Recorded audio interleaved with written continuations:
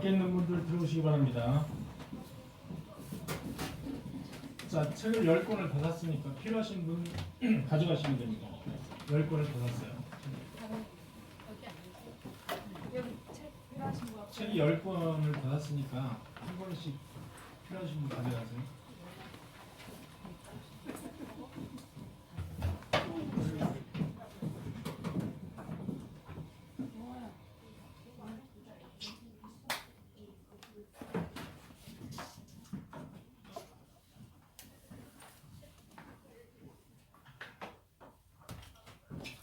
주님 감사합니다.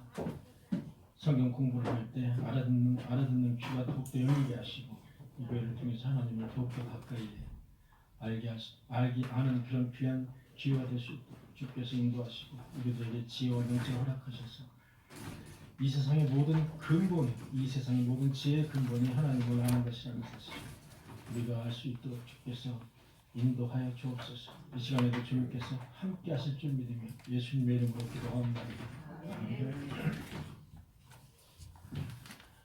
페이지 28페이지입니다. 교회란 무엇인가? 28페이지. 교회란 무엇인가는 매우 중요한, 아주 중요합니다. 교회란 무엇인가? 아주 중요합니다. 자, 28페이지 마음 열기 한번 제가 읽어보도록 하겠습니다. 시골의 한 청년이 교회 나가서 예배드리는 것에 대한 필요성을 거부하고 교회를 떠났습니다. 교회 나가서 예배드리는 것에 대한 필요성을 거부했다 이 얘기입니다. 그는 혼자서도 예배를 잘 드리고 신앙생활을 할 수 있을 것이라고 생각했습니다. 어느 해 겨울 목사님은 이 고집센 청년의 집을 방문했습니다. 두 사람은 벽난로 앞에 앉아서 많은 대화를 나눴습니다. 한참 시간이 흐른 뒤 목사님이 벽난로 속에 타고 있던 석탄 덩어리를 하나를 꺼내어 난로 밖에 따로 떼어놨습니다. 그러자 그 석탄은 이내 꺼져버리고 말았습니다. 그러나 벽난로 속에 있는 석탄은 여전히 붉은 빛을 내며 환을 타오르고 있었습니다. 이 광경을 지켜보던 청년은 그제서야 깨닫고 목사님 이번 주부터 교회 나가겠습니다 라고 말을 했습니다. 꺼내놓은 석탄은 금방 꺼지지만 난로 속에 있는 석탄은 난로라는 보호막과 주위의 불씨들로 인해서 계속해서 타오를 수 있습니다. 교회는 울타리를 벗어나면 아무리 좋은 신앙인이라 할지라도 꺼내놓은 석탄이 되게 쉽습니다. 아주 적절한 그런 그 예화입니다. 그런데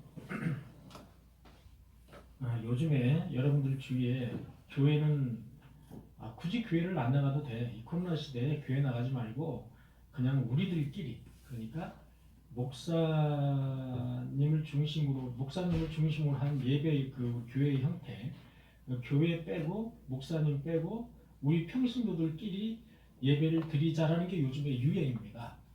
요즘의 유행이라 그거보다 평신도 교회, 평신도 모임이라고 합니다. 이 평신도 교회가 요즘 이제 되게 유행인데 이 평신도 교회의 특징이 있습니다. 특징이 뭐냐면 말씀 해석을 자의적으로 한다는 사실입니다. 말씀 해석을 자의적으로 한다. 이것이 바로 특징입니다. 왜냐? 모여가지고 설교도 돌아가면서 설교를 합니다. 그리고 예를 들면은 11조를 이 A라는 설교자는 11조 헌금해야 돼. B라는 설교는 안 해야 돼.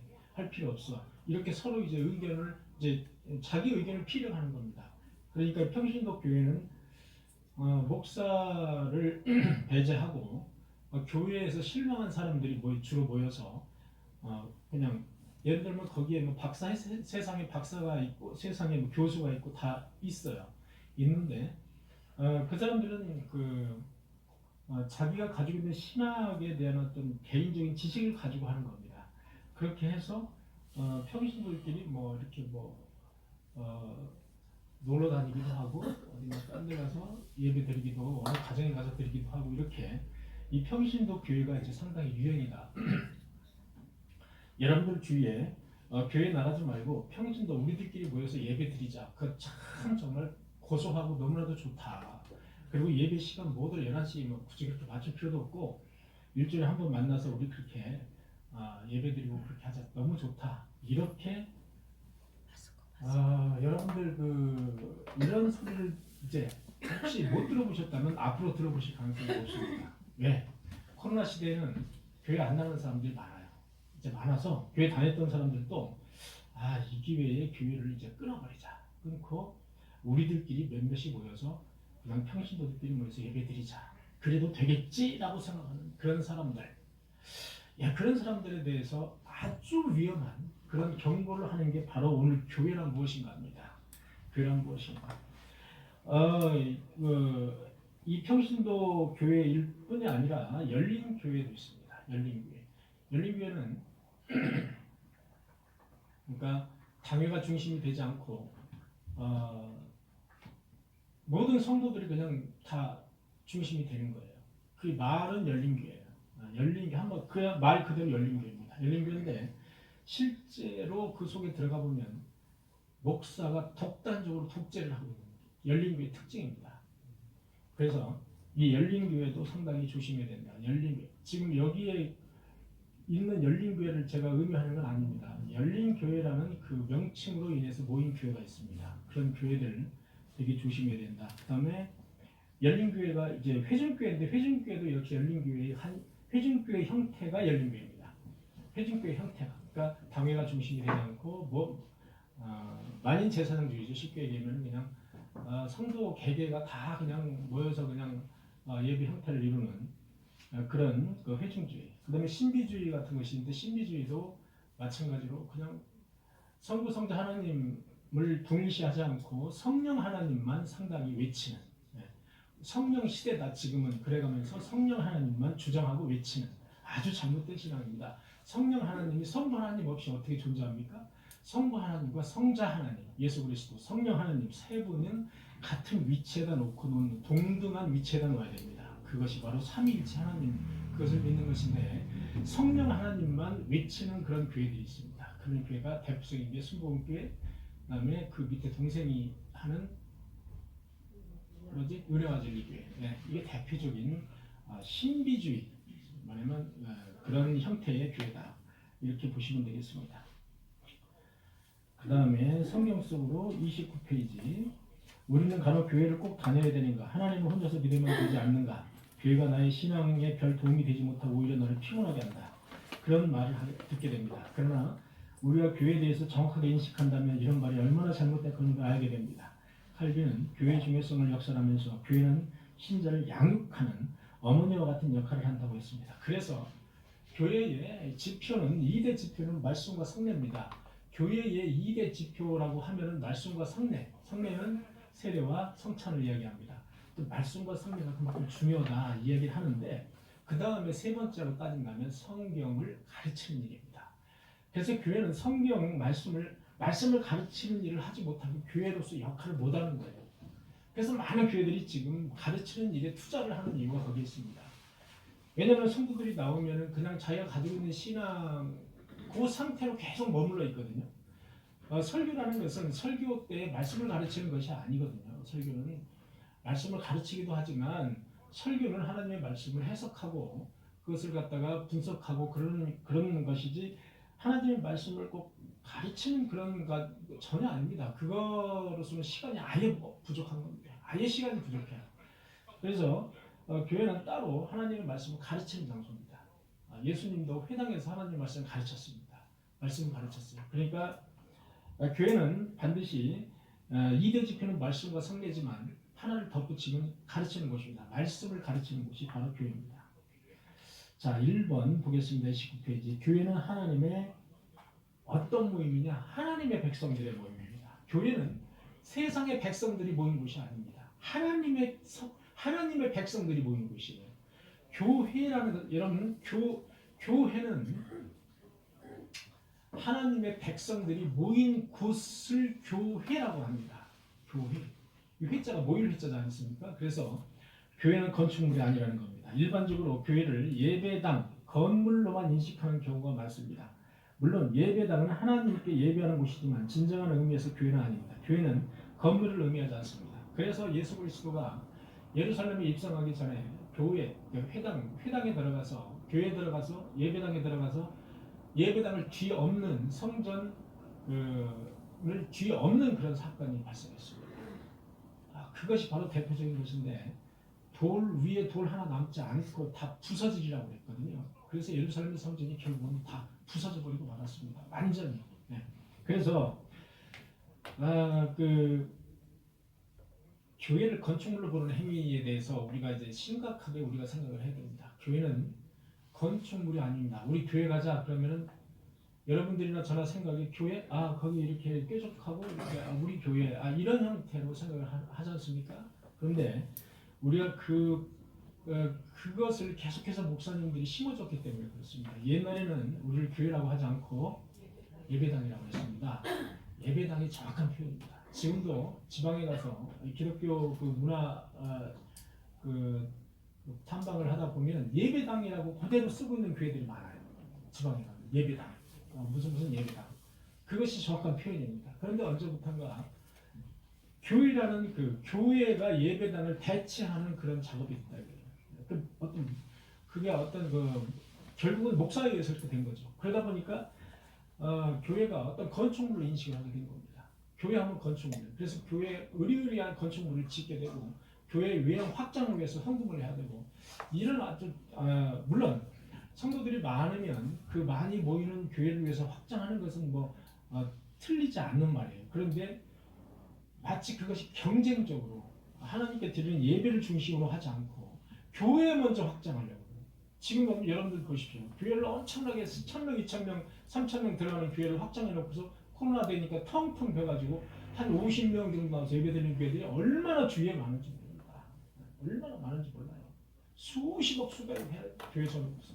그게 다 뭐냐? 빚덩이에요. 다 빚덩이. 교인들을 쥐어짜야 되는 겁니다. 이자받기 위해서.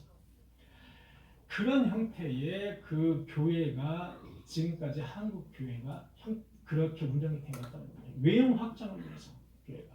사실은 그게 아니라는 거죠. 교회는 하나님의 백성들의 모임이 교회입니다. 즉 여러분들과 제가 교회라는 거예요. 여러분들과 제가 교회예요. 그게 교회지 건축물이 교회가 아니라는 겁니다. 물리적으로 우리가 시각적으로 보이는 것이 교회가 아니라는 거예요. 그거를 반드시 이 시간을 통해서 알아야 됩니다. 교회는 여러분들과 제가 모이는 이런 장소가 교회가 아니고 실질적인 교회라는 뜻은 하나님의 백성들이 모이는 그런 곳이 교회라는 겁니다. 이것을 여러분들이 반드시 알아야 됩니다.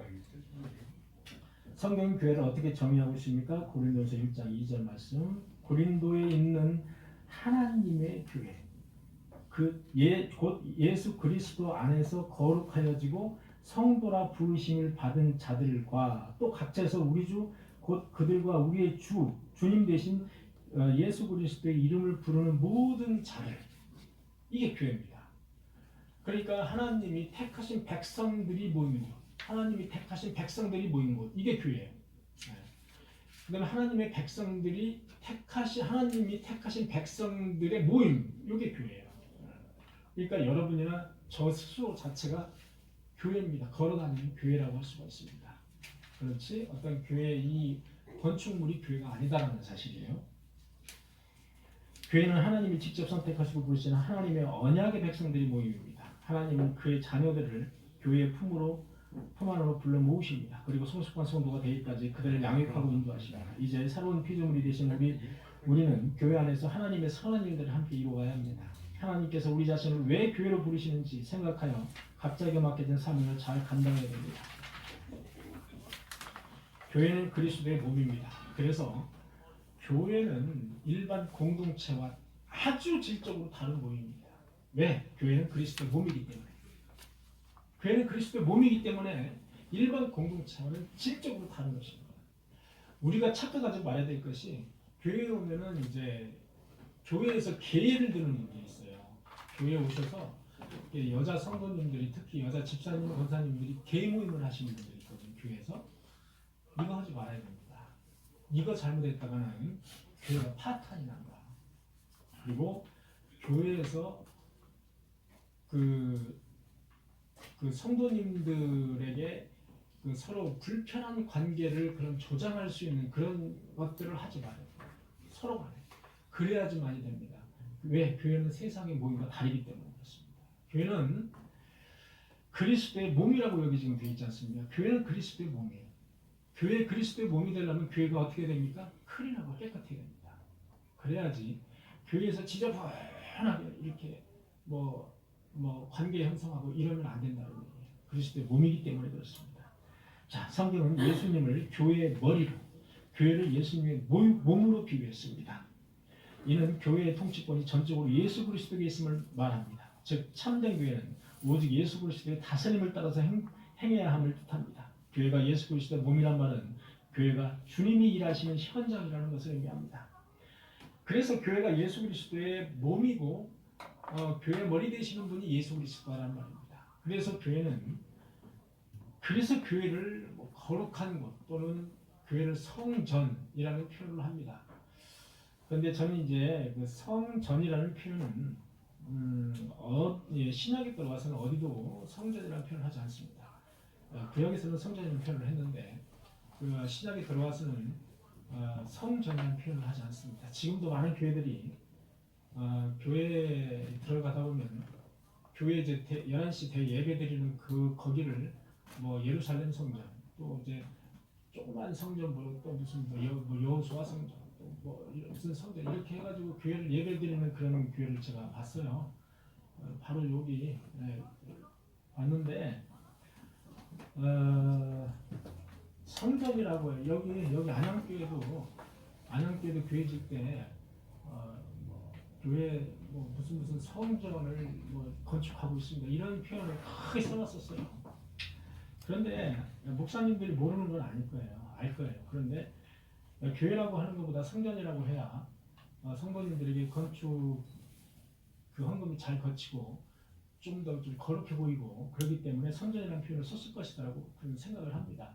틀린 표현이다라고 얘기까지는 제가 할 수가 없지만 구약 시대에 거기에서 그 양과 염소나 이런 비둘기나 이런 것들을 잡아서 예물로 드리고 헌물 드리는 그런 식의 그 성전과 예수 그리스도가 오셔서 십자가에 못 박혀서 돌아가셔서 모든 것을 폐하신 그 후의 성전은 다르지 않습니까? 그 후는 성전이라는 말을 쓰지 않았습니다. 그 후는 우리가 지금 쓰고 있는 예배당이라는 말을 썼어요. 그래서 우리는 성전이라는 말을 그대로 갖다가 쓰려면 그거를 반드시 알고서 일부러 써야 돼요. 그래야지 모르고서 쓰면 그건 아닌 거예요. 알고서 써야 된다. 알고서 성전이라는 말을 써야 된다. 써도 틀린 건 아니다. 그러나 알아야 된다 이거지. 예수 그리스도가 오신 시점과 이후와 이전의 사실을 알고서 써야 된다 이거예요. 그 이후에는 예배당입니다. 예배당이라는 표현을 쓰는 게 맞아요. 왜냐하면 성전은 그 이전에 예수 그리스도 오신 십자가 못 박혀 죽으신 이전을 성전이라고 했습니다. 그래서 우리는 그것도 구별을 이제 하실 줄 알아야 된다. 교회가 존재하는 이유가 무엇입니까? 그가 어떤 사람은 사도로, 어떤 사람은 선지자로, 어떤 사람은 복음을 전하는 자로, 어떤 사람은 목사와 교사로 삼으셨으니 이는 성도를 온전케 하여 사회에 봉사의 일을 하게 하며 그리스도의 몸을 세우려 하심이라. 그렇습니다. 교회는 이제 어떤 사람은 집사로, 어떤 사람은 성도로, 어떤 사람은 권사로, 장로로, 어떤 사람은 목사로 쓰지 않습니까? 그것도 역시 교회의 몸이신 예수 그리스도가 사용하시는 그 하나의 도구다 라고 봐야지. 그것이 목사나 장로가 어떤 당회를 구성해서 결정한다고 해서 그게 절대적이고 그런 것은 아니다. 다만 예수 그리스도께서 주님께서 세우신 그 몸이기 때문에 세우셨기 때문에 우리가 존중할 필요는 있고 그에 따라가는 것이 합법적이다. 그것이 그래서 총회가 있고 노회가 있고 우리 일반 지교회가 있는 겁니다. 그래서 우리가 노회의 말을 듣고 총회에서 지시가 내려오면 총회 지시를 우리가 따르고 그러는 거예요. 그래서 이 사회에 우리가 보면은 법원에서 판결할 때 1심이 있고 2심이 있고 3심이 있지 않습니까? 똑같이 우리도 일반 지교회가 있고 그 다음에 노회가 있고 총회가 있어요. 그럼 그 위에서 이렇게 명령이 내려오거든요. 그래서 우리가 이제 교회가 그 명령에 따르는 그런 시스템을 지금 이루고 있는 거예요. 그 다음에 교회는 성도를 온전케 하며 봉사일을 하게 하며 그리스도의 몸을 세우는 목적을 위해서 이 땅에 존재합니다.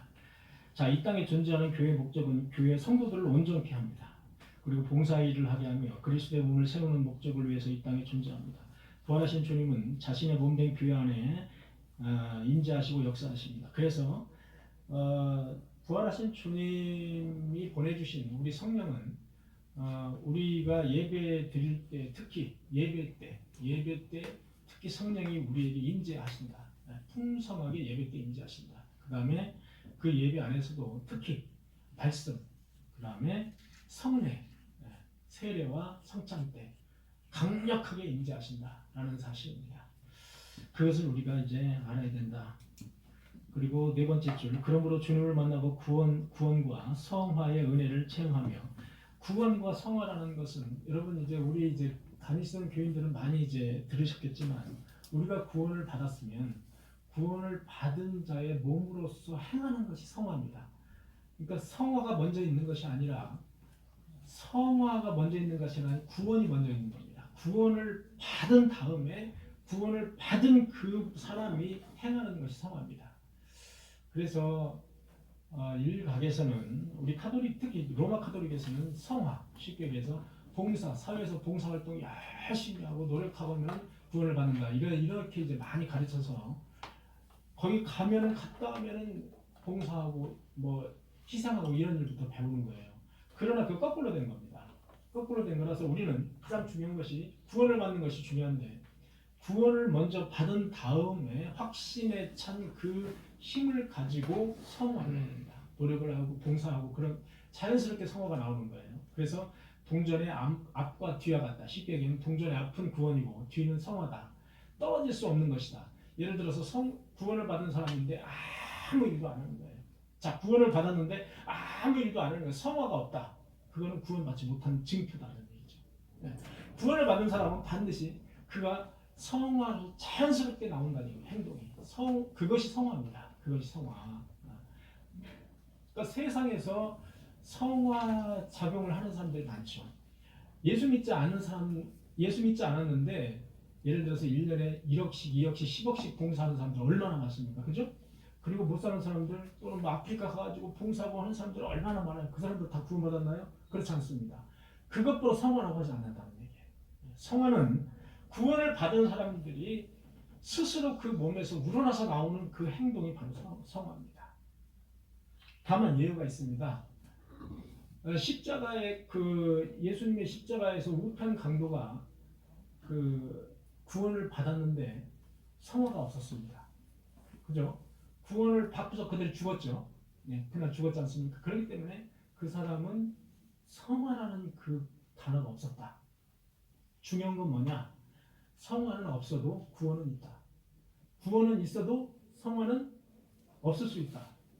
성화는 있는데 구원이 없을 수 있다.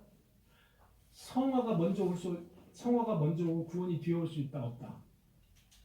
즉 구원이 먼저 오는데 그 다음에 성화는 없을 수 있어요. 종아자실에 가 계신 분들, 마지막에 이제 예수를 입으로 시인하고 예수를 구세주라고 시인하는 사람들 구원이 있습니다. 그러나 성화는 없죠. 성화는 있을 수가 없습니다. 그렇게 그건 가능하다. 그러나 먼저 성화를 막 좋은 일을 한 다음에 나에게 구원이 있다, 이렇게 아니다, 그건 없다, 이게. 그래서 먼저 구원이 있어야 된다. 그 다음에 성화는 없을 수 있다, 조건으로. 그러나 우리는 이렇게 팔팔한 몸을 가지고 구원을 받았는데 성화가 없을 수 없다라는 겁니다. 구원을 받은 사람들의 몸은 자연적으로 구원받은 데 대한 감사, 그리고 그거에 대한 우러나 나오는 몸속에서 그 표현이 바로 성화다라는 사실입니다. 대충 이해가 되셨죠? 예, 3번입니다. 교회는 성령의 전입니다. 오순절에 예수님이, 성령님이 이 땅에 강림하셔서 교회가 생겨났습니다. 이 교회는 오순절 다락방에서, 마가의 다락방에서 120명의 성도들이, 예수님을 믿는 성도들이 부활 후에 예배를 기도할 때 모임에서 교회가 출발합니다. 그 모임에서 교회가 출발한다. 그래서 교회예요. 그래서 교회, 그 모임이니까 그래서 교회예요. 거기서 교회가 생겨났습니다. 성령께서는 교회를 세우시고 지금도 계속해서 교회 안에 거주하고 계십니다. 성령께서는 성도 한 사람 한 사람 개별적으로 내주하실 것. 내주라는 것은 안에 거하신다. 한 사람 한 사람 안에 거하시는 게 내주라고 이야기를 합니다. 성도들의 모임에서 계속 내주하고 계십니다. 우리가 이제 이 내주라는 단어가 되게 저는 중요하다고 보는데, 우리가 길을 걸어가든지 아니면은 어떤 일이, 조그마한 일도 마주쳤을 때 내 마음에 역사하는, 내주하셔서 성령님이 역사하는 그 음성이 있는 사람이 있어요. 있는 사람이 있는데, 쉽게 얘기하면 내가 좀 어떤 곤란한 일이 있어요. 그런데 성령님이 내주하시는 분은 그 음성을 자연스럽게 들을 수가 있다는 얘기입니다. 그 음성이 성령님이 인도해 주신다는 거죠. 그 인도해 주시는 방향으로 가는 거예요. 네, 그쪽으로 가는 거예요. 너 왼쪽으로 가, turn of left, turn to the 뭐 right 뭐 이렇게 하지 않아도 이 내주하시는 성령님의 인도하심을 받는 사람, 그 사람이 바로 성령님이 내주하시는 사람입니다. 그래서 우리는 어떤 일을 당할 때 성령님이 인도하시고 내주하심으로써 우리의 그 곤란하고 그런 사항들이 해결되는 그런 사람들이 되어야 됩니다. 그런 사람들이 돼야지 성령님이 내주하시지 않는 사람은 그런 힘입음을 얻을 수 없다. 인도하심을 얻을 수 없다. 반드시 성령님이 내주하시는 사람이 되어야 된다. 성령님을 내 마음속에 모시고 사는 사람이 되어야 된다. 그래야 우리가 그 피할 길도 주십니다. 그래야 피할 길도 주시고 우리가 이 세상에 살면서 기름진 곳으로 인도함을 받을 수가 있다. 그것을 우리가 반드시 알아야 됩니다. 그래서 무슨 일을 할 때도 한번 이렇게 제가 왼쪽 길로 가야 될까요? 아니면 오른쪽 길로 가야 될까요? 아니면 직진을 해야 될까요? 이렇게 스스로 그 내주하시는 성령님에게 물어보는 습관이 필요해요. 우리가. 나 간밤에 꿈을 이렇게 꿨어. 간밤에 나 간밤에 이렇게 이상한 이런 꿈을 꿨어. 그쪽이 맞은 것 같아. 이거 말고 그거 말고 성령님에게 물어보시면 감동되는 대로 우리가 그쪽 방향으로 가는 거예요. 그것이 바로 성령님이 내주하시는 그런 것이다. 아주 중요한 우리 삶의 지표가 되신다. 자, 30페이지 마지막에 사도 바울은 좀 더 심오한 진리를 우리에게 가르쳐줍니다. 그것은 하나님의 성령님이 우리 안에 계심으로 우리 개인의 몸이 성령의 전이다 라는 것입니다. 또한 그러니까 성령님이 우리 안에 계시니까 우리 안의 몸은 성령의 전, 성령이 계시는 전이라는 얘기죠. 또한 성도들이 주 안에서 성전이며 성령 안에서 하나님이 거하시는 처소다. 맞죠? 성령님의 전이다. 하나님의 전인 우리는 우리 자신을 어떻게 가꾸어야 합니까? 누구든지 하나님의 성전을 더럽히면 하나님이 그 사람을 멸시하리라. 하나님의 성전은 거룩하니 너희도 그러하리라. 결국은 우리의 몸은 구원을 받은 우리의 몸은 성령님의 전이라는 사실입니다. 그래서 우리가 우리의 몸을 스스로 거룩하게 그렇게 보존할 필요가 있다. 성령님의 전이기 때문에 성령의 전인 성도는 이 땅에서 거룩한 삶을 살아야 합니다. 과거의 옛사람을 버리고 새사람을 입어야 합니다. 외면의 아름다움보다 내면의 아름다움을 추구해야 합니다. 여전히 죄악된 모습이 우리 안에 남아있지만 그럼에도 불구하고 성도는 성령으로 말미암아 승리하는 삶을 살 수 있습니다. 하나님께서는 교회로 부름받은 우리 성령을 따라서 성령 충만한 삶을 살기를 원하십니다. 그렇습니다. 자,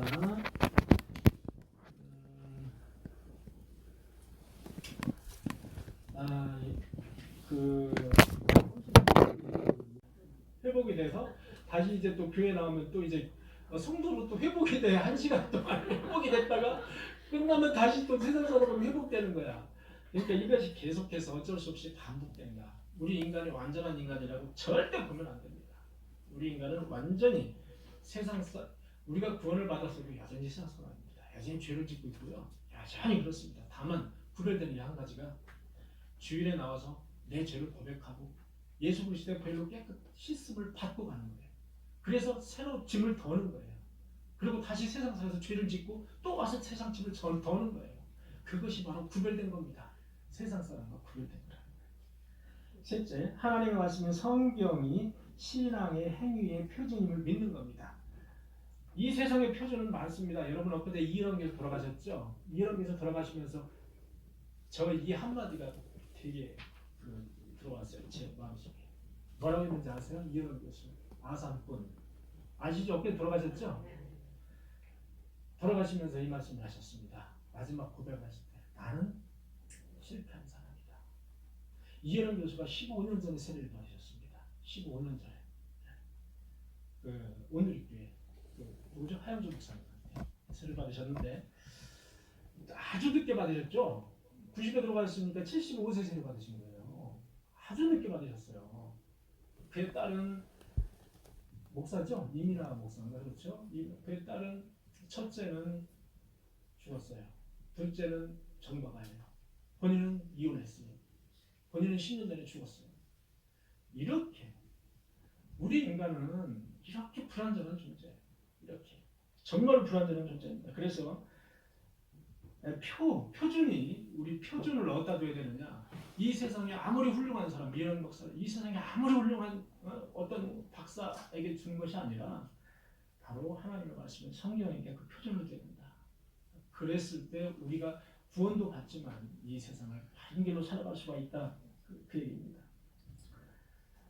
그 다음에 넷째, 예수 그리스도를 주라고 고백한 신앙 고백 위에 세워진 공동체를 교회로 인정해야 됩니다. 교회로 인정해야 됩니다. 교회는 이렇게 우리가 이렇게 여기 한 25평 되거든요. 실평수가 여기 지금 이렇게 실평수가 25평이거든요. 비록 25평의 교회지만은 우리가 예수 그리스도를 주로 신앙 고백하는 이 하나님이 택한 백성들의 모임이기 때문에 이 교회는 매우 중요합니다. 세상 사람들 아무리 끌고 가지고 와도 곧바로 나가요. 절대로 들어오지를 못하는 거예요. 이게 하나님이 장악하고 계신 곳이기 때문에 아무나 들어올 수 있는 곳이 아니에요. 여기가. 저는 그런 걸 많이 느껴요. 그런 의미에서 아멘 한번 해주시고. 네, 그렇습니다. 다섯째, 교회 정치의 면에서 대의민주주의 교회 제도인 장로회 제도를 추구한다.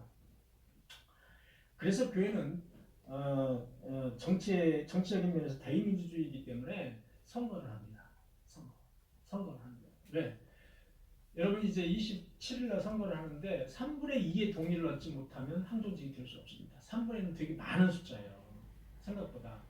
그래서 대의민주주의이기 때문에 인간 성도들의 눈에 차지 않으면 하나님이 차지 않는다는 거예요. 그래서 우리 성도들의 눈에 차야 됩니다. 일단 그래야 항존직이 될 수 있어요. 그를 위해서도 기도해 주셔야 됩니다. 70%는 적은 숫자가 아닙니다. 반드시 떨어지는 분이 있을 수가 있어요. 설사 박미 집사님이 떨어지고 이선 집사님이 떨어지더라도 귀에 안 나오시면 안 됩니다. 미리 경고드리는 거예요. 나를 떨어뜨렸어? 누구야? 꼼꼼히 전화해서 네가 냈지? 너도 안 찍었지? 이렇게 하지 마세요.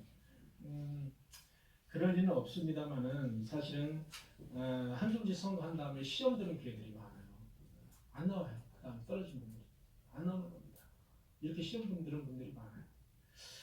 그래는 오겠지만 하여튼 시험 들지 않기 위해서 우리가 그래서 기도로 준비를 해야 되고 우리 항존직 피택 예상자들은 그래서 성도들에게 어쨌든 사랑과 자비와 은혜를 많이 베풀어야 된다. 그래야지 항존직이 된다.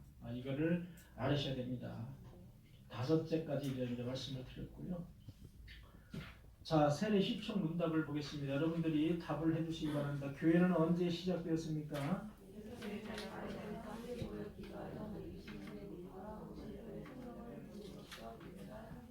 교회가 하는 중요한 일은 무엇입니까? 네, 그래서 교제하는 일도 교회가 하는 일입니다. 그래서 여러분에게 간식을 싸우라고 우리가 간식 싸우면 그것을 먹으면서 교제도 하는 겁니다. 교회가 교제하는 일이 상당히 중요하다. 성도들의 교제라는 게 신앙 고백에 들어가 있습니다. 그래서 성도의 교제를 위해서 힘쓰는 사람이 매우 중요한 사람이다. 성도의 교제 없이는 우리가 안 된다. 예수님이 이 세상에 오셔서 제자들과 교제 나누셨죠? 제자들을 통해서 많은 사람과 교제를 나누셨습니다. 그래서 성도의 교제가 매우 중요하다는 사실을 여러분에게 말씀드리는 거예요. 3번, 교회에서 행하는 성례는 무엇입니까? 네, 그걸 합쳐서 성례라고 합니다. 우리가 성례는 세례식 끝난 다음에 그 다음에 4월 부활절에 또 성례를 합니다. 4월 부활절에. 세례는 무엇입니까? 예, 교인이 되는 것을 공적으로 선포하는 겁니다. 이 사람은 교인이다. 그래서 교인이 되면 그 다음에 공동의회에 투표할 권한이 생깁니다. 공동의회에 투표를 할 수 있다. 세례를 받지 못하면 공동의회에 투표할 권한이 없습니다. 그래서 세례를 받으면 공동의회에 투표할 권한이 생긴다. 두 번째, 담임 목사의 영적 보호를 받을 권리가 있다. 그렇게 권리가 있는 겁니다. 그 다음에 세례를 받아야 될 이유가 무엇입니까? 그렇습니다. 성찬은 무엇입니까?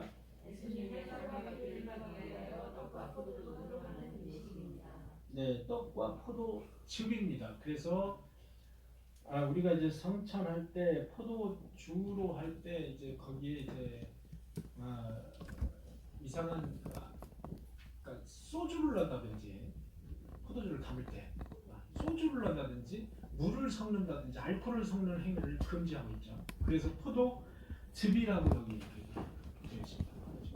그래서 예수님의 그 피를 상징하기 때문에 거기에 다른 불순한 것이 섞이지 않기 위해서 여기 이제 항존직이 되실 분들은 그것을 참조하셔야 돼요. 나중에 담으실 때 우리가 이제 그것이 설탕이나 이런 어떤 그런 즙이 아닌 것은 어쩔 수 없이 섞지만 거기에 뭐 소주 사오라고 해서 소주를 들이붓는다든지 뭐 포도주를 또 사다가 이렇게 부는 행위들 이런 행위들은 금지되어 있습니다. 거의 참가하지 않습니다. 그 다음에 7번 성찬은 누가 정하셨으면 언제까지 시행합니까? 예수님이 정하셨고 예수님이 재림할 때까지 시행합니다. 성찬에 참여하는 마음가짐이 어때야 됩니까? 나의 죄를 대신하여 죽어주신 그 주님의 은혜에 대한 감사함으로 숨겨진 죄가 있는지 살펴서 회개함으로 나도 주님을 위해서 죽도록 충성하자 결심하는 한 성령 한 세례 한 떡과 한 잔에 참여함으로써 모든 성도가 예수 안에서 한 형제 자매임을 깨닫고 하나 되기 위해서 힘쓰는 마음으로 그렇게 성찬에 참여해야 됩니다. 성찬은 그래서 성찬은 아주 중요하다고 아무리 강조해도 지나치지 않은 게 성찬, 성만찬입니다. 성만찬 아주 중요합니다. 그래서 지난번 성찬할 때 장로님이 우리가 처음으로 성찬했잖아요. 그래서 장로님이 약간 좀 이렇게 좀 부족한 것에 대해서 말씀을 이제 하셨는데 우리가 성찬할 때는 그 전날 모든 것을 완벽하게 다 준비합니다. 그 다음날 와서 뭐를 이렇게 뭘 손대고 이렇게 하는 것은 그건 완전히 불이한 거야. 완전히 그건 아니에요. 그러니까 그 전날 완벽하게 날이 새더라도 다 준비해 놔야 됩니다. 그렇게 하고 그 다음날 혹시 또 빠진 것이 있는지 점검하는 건 가능한데 그 다음날 와서 뭐를 포도주를 따르고 뭐 이렇게 하고 하는 것은 아니에요. 그러니까 그 전날 완벽하게 준비해 놔야 된다는 사실을 우리 이제 항존직 현존하는 상존직이 없으셨어요. 지난번에 우리 성찬할 때는 그죠? 없으셔서 좀 우왕좌왕하신 면이 있어요. 그러나 이번에 이제 항존직에 이제 피택이 되시면 이런 저런 것을 다 신경 써서 해주셔야 합니다. 항존직만이 성찬에 직접적으로 관여하고 참여하실 수가 있습니다. 성찬의 도구라든지 이런 것을 그 항존직이 지시하는 것은 상관이 없습니다만 항존직만이 그거를 관여할 수가 있다라는 사실도 여러분에게 말씀을 드리는 거예요. 그것이 관례입니다. 그것이 관례. 꼭 성경에 항존직만이 뭐 하나 이런 얘기는 없습니다. 그러나 지금까지 전통적으로 그것을 항존직만이 그걸 해왔다. 이런 사실 여러분이 말씀을 드리는 거예요. 사이비 기독교나 이단 다른 종교도 구원이 있습니까? 절대로 있을 수가 없습니다. 왜? 예수 그리스도를 삼위일체 하나님으로 인정하지 않고 예수 그리스도의 보혈을 피로 내가 구원을 받았음을 인정하지 않기 때문에 그렇습니다. 그렇기 때문에 이단이기 때문에 구원이 없다는 사실 아주 중요한 사실이에요. 그래서 교회 갈 때는 절대로 이 교단이 어디고 이 목사가 어디에서 공부를 했는지를 반드시 알아야 돼요. 그걸 알지 않고 그냥 가서 그냥 예배 참여하고 이러는 거 완전 무지한 거예요. 완전 무지한 거라니까. 그래서 반드시 그걸 교회 갈 때는 그 교단이 정통파 교단인지 그것을 반드시 알아줘야 됩니다. 우리가 속해 있는 장로교의 특색은 무엇입니까? 온 세상에 대한 하나님의 주권을 믿습니다. 하나님 말씀을 중심으로 하나님 살아서 하나님께 영광을 돌리는 것입니다. 그렇습니다. 장로교회는 대의민주주의를 하고 있습니다. 그래서 장로님이나 또는 우리 항존직을 다 투표를 해서 3분의 2 이상 이렇게 투표를 해서 떨어지면은 떨어지는 분이 많아요. 그래서 어떤 교회는 장로님의 사모님이 집사님 했었는데 9번을 떨어졌어요. 계속해서 장로님이 사모님인데 9번. 여러분 이 정도 되면은 어떻게 뭐라 그럴까 돈이 안 되는 거죠? 이렇게 해서 교회는 교회 내에서 그래도 어떤 리더가 되려면 본이 돼야 됩니다. 공유해야 된다. 그런 말씀 여러 개 드립니다. 이제 다음 주에는 이제 교회론까지 했으니까 다음 주에는 이제 제가 보니까 그 인간론에 대해서 나온 것 같고 지금 뭐 이제 어떤 7대 교리에 대해서라기보다도 세례교인의 생활이라든지 이런 거에 대해서 나왔어요. 그래서 다음 주에는 제가 이제 종말론을 간략하게 하고 전체적인 것을 정리하고 그 다음에 장로님이 세례 문답을 다음 주에 이제 문답을 하셔야 됩니다. 그래야 그 다음 주에 세례식을 그냥 하니까. 그래서 아예 다음 주에 세례 대상자들께서는 한 20분 정도 제가 좀 빨리 끝낼 테니까 한 20분 정도 더 시간을 할애하고 나오셔야 됩니다. 그래야 다음 주에 세례 문답까지 진행을 해야 그 다음 주에 세례식을 개행할 수 있습니다.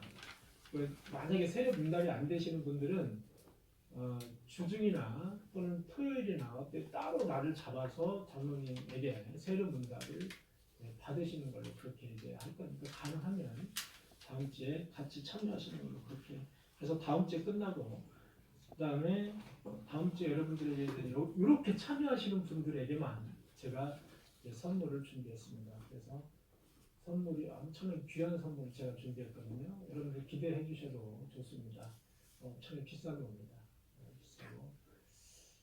그 눈을 너무 그렇게 또 떠나떠나게 뜨지 마시고 그러면 제가 또 나중에 또 이 아이비디 하면 안 되니까 어쨌든 여러분들에게 드릴 선물을 준비를 했으니까 참여를 좀 해주시기 바랍니다.